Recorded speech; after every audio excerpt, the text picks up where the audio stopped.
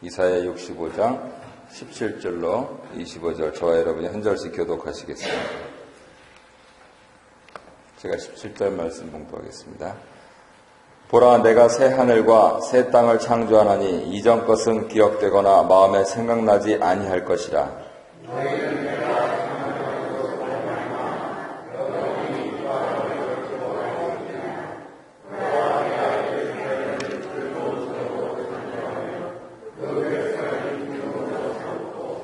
내가 예루살렘을 즐거워하며 나의 백성을 기뻐하리니 우는 소리와 부르짖는 소리가 그 가운데서 다시는 들리지 아니할 것이며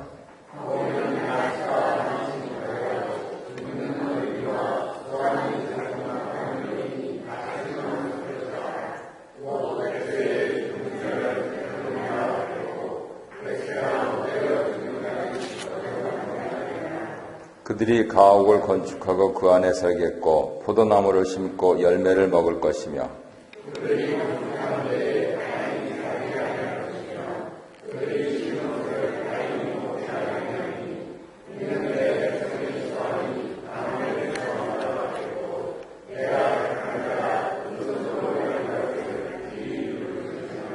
그들의 수고가 헛되지 않겠고 그들이 생산한 것이 재난을 당하지 아니하리니 그들은 여호와의 복된 자의 자손이요 그들의 후손도 그들과 같을 것입니다.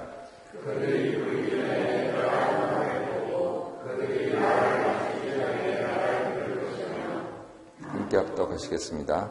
이리와 어린 양이 함께 먹을 것이며 사자가 소처럼 짚을 먹을 것이며 뱀은 흙을 양식으로 삼을 것이니 나의 성산에서는 해함도 없겠고 상함도 없으리라. 여호와께서 말씀하시니라. 아멘.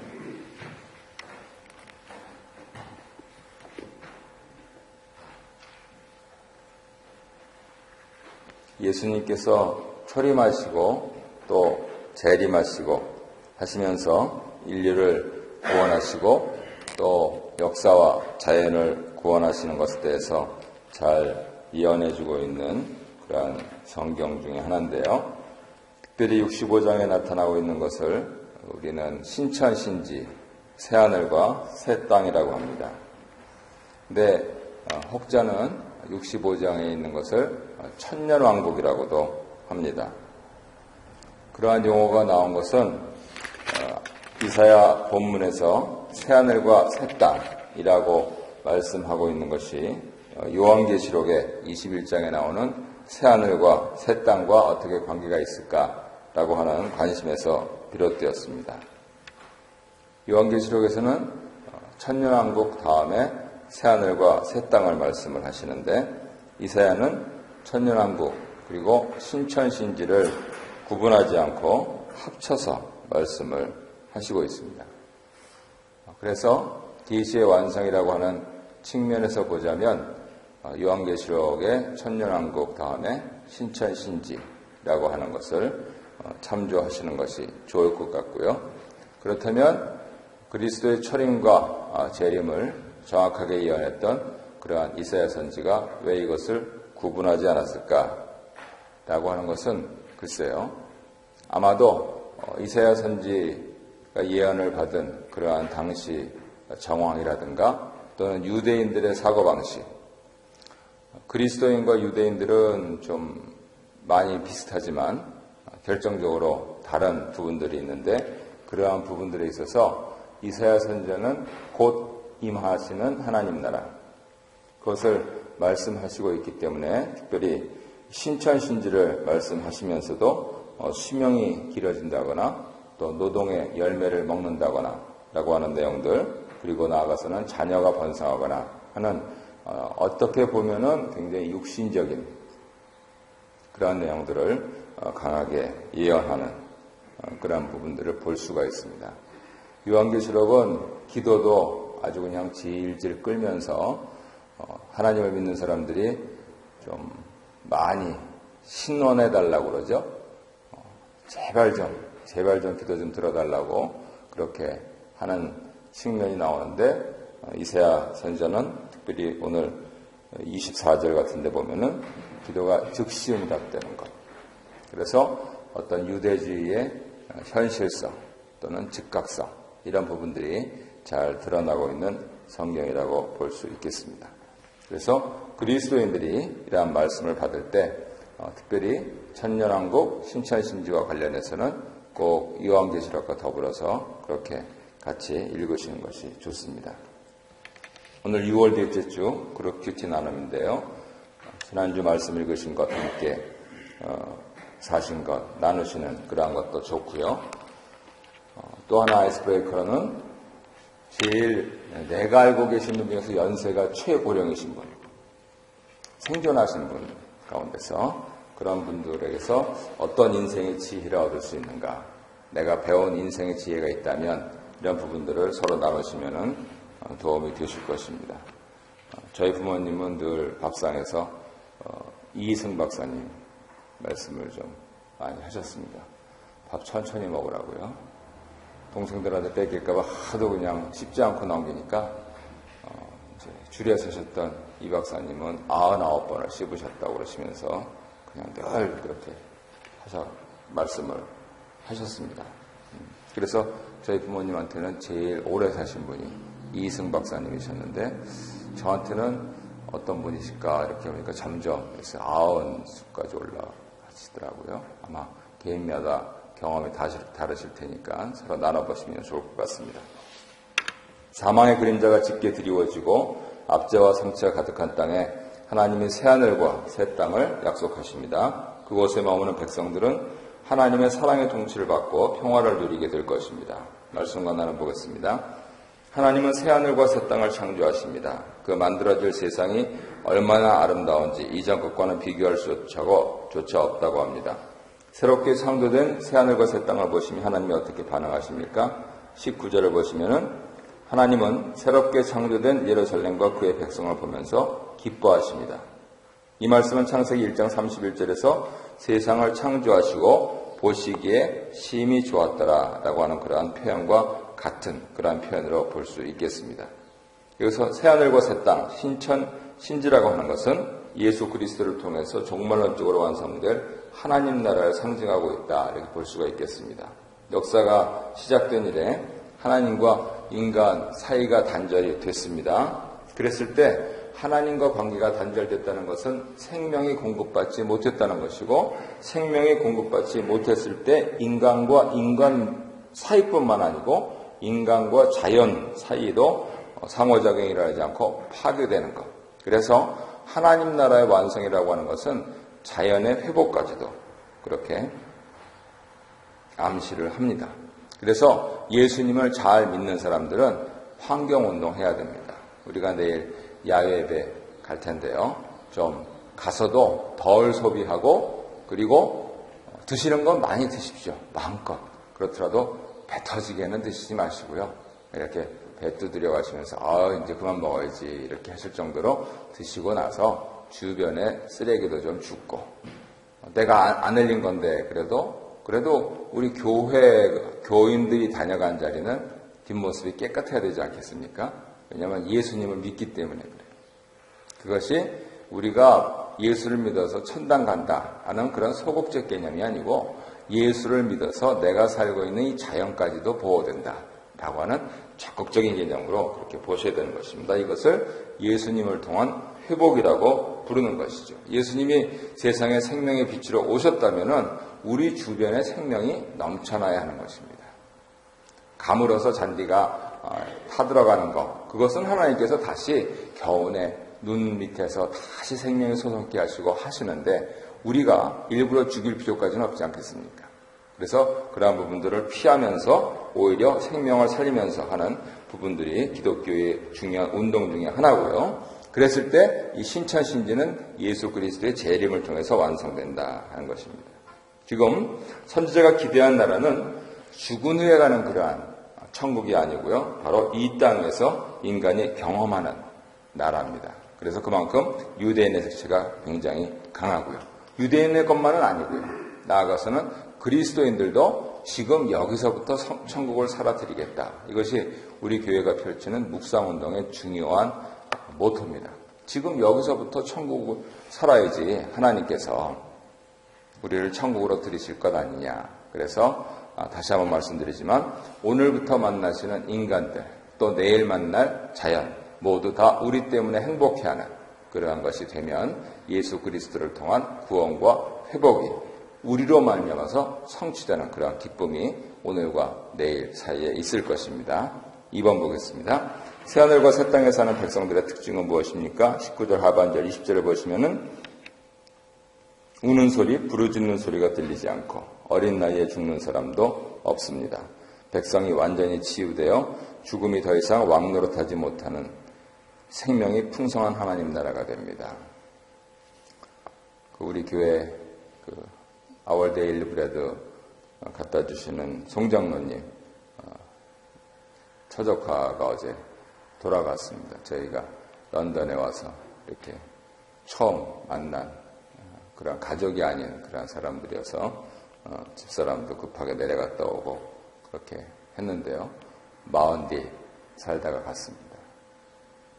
참 안타깝고 어린 건 남겨두고 또 가고 또 그 식구들, 일가 친족들 이렇게 생각하고 그렇더라도 제가 좀 갔다 와서 이렇게 물으니까 아마 말년에는 좀 건강이 안 좋아서 교회를 못 나갔나 봐요. 그래도 저희 섬기던 교회에서 목사님 또 집리하시고 또 그 교회 장로님들, 권사님들 다 오셔서 비가 많이 내리는데도 장례식장을 꽉 채워주시고 제가 그래서 그거를 들으면서 이거 교회 좀 키워야 되겠다 그 생각을 했습니다.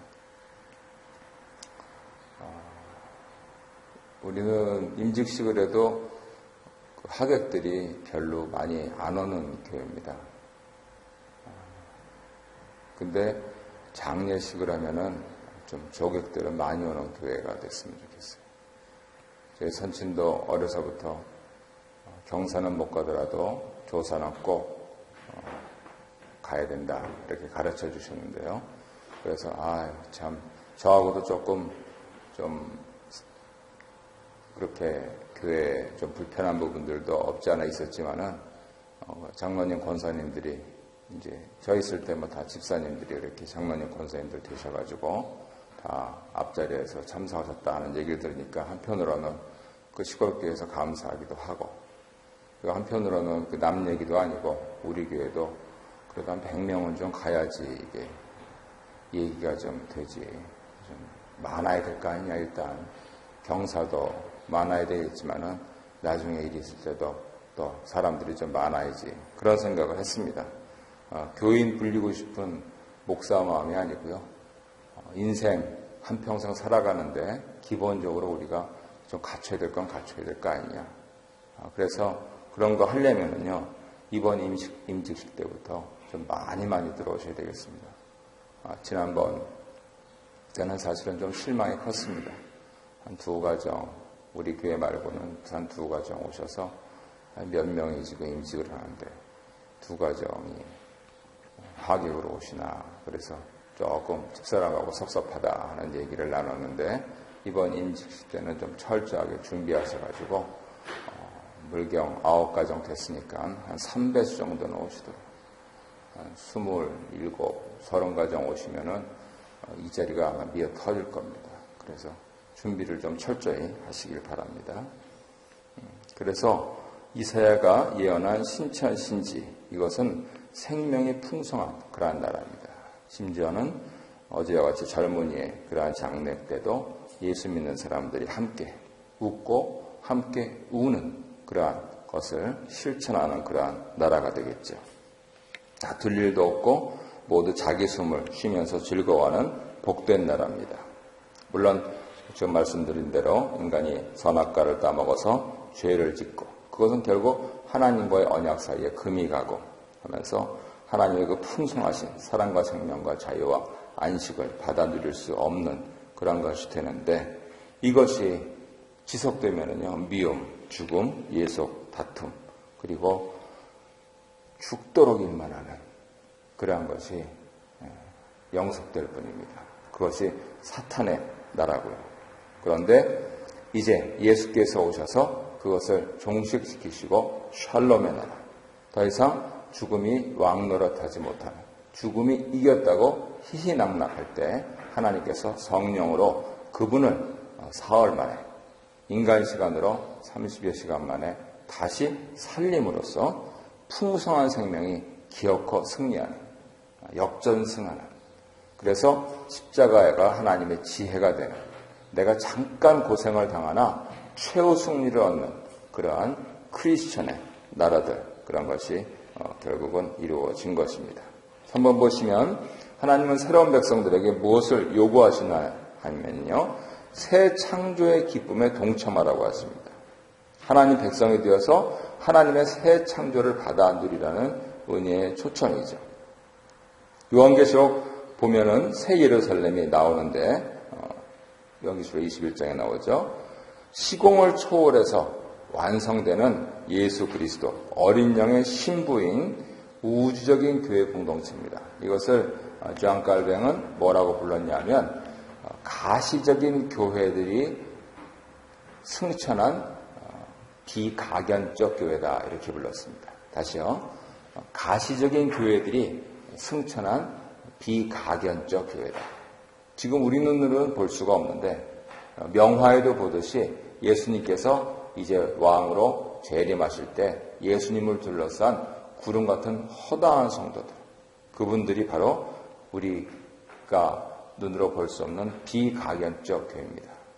우리가 60명, 70명, 어제도 대출받으러 들어갔더니 몇 명 나와요.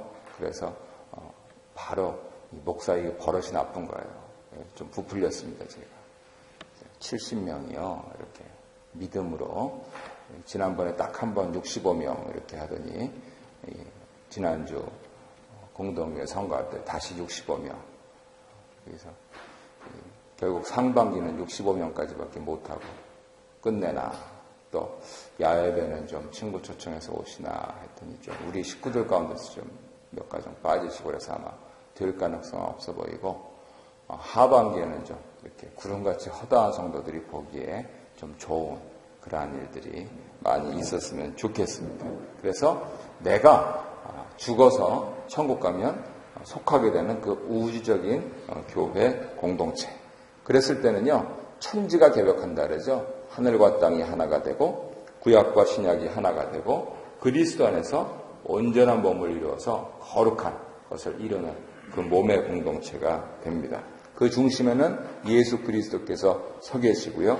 그리고 하나님 통치가 온 세상에 편만하고요. 사단의 권세가 예정된 것처럼 결박되고요.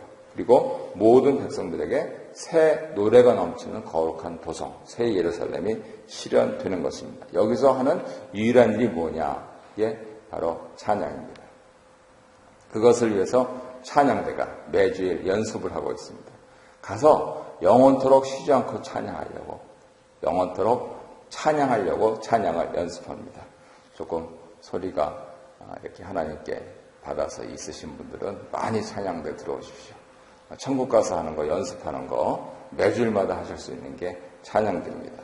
그 지겨워서 어떡하냐. 캐나다도 가뜩이나 재미없는 천국인데 천국도 그러면 찬양만 하다가 재미없을 것 아니냐. 글쎄요. 뭐 이렇게 연습하는 재미도 있고, 그리고 안 날 것 같은데 소리가 어우러지는 재미도 있고, 지금 그리고 이 성가대원들이 조금씩 다른 파트 소리를 듣는 것 같아요.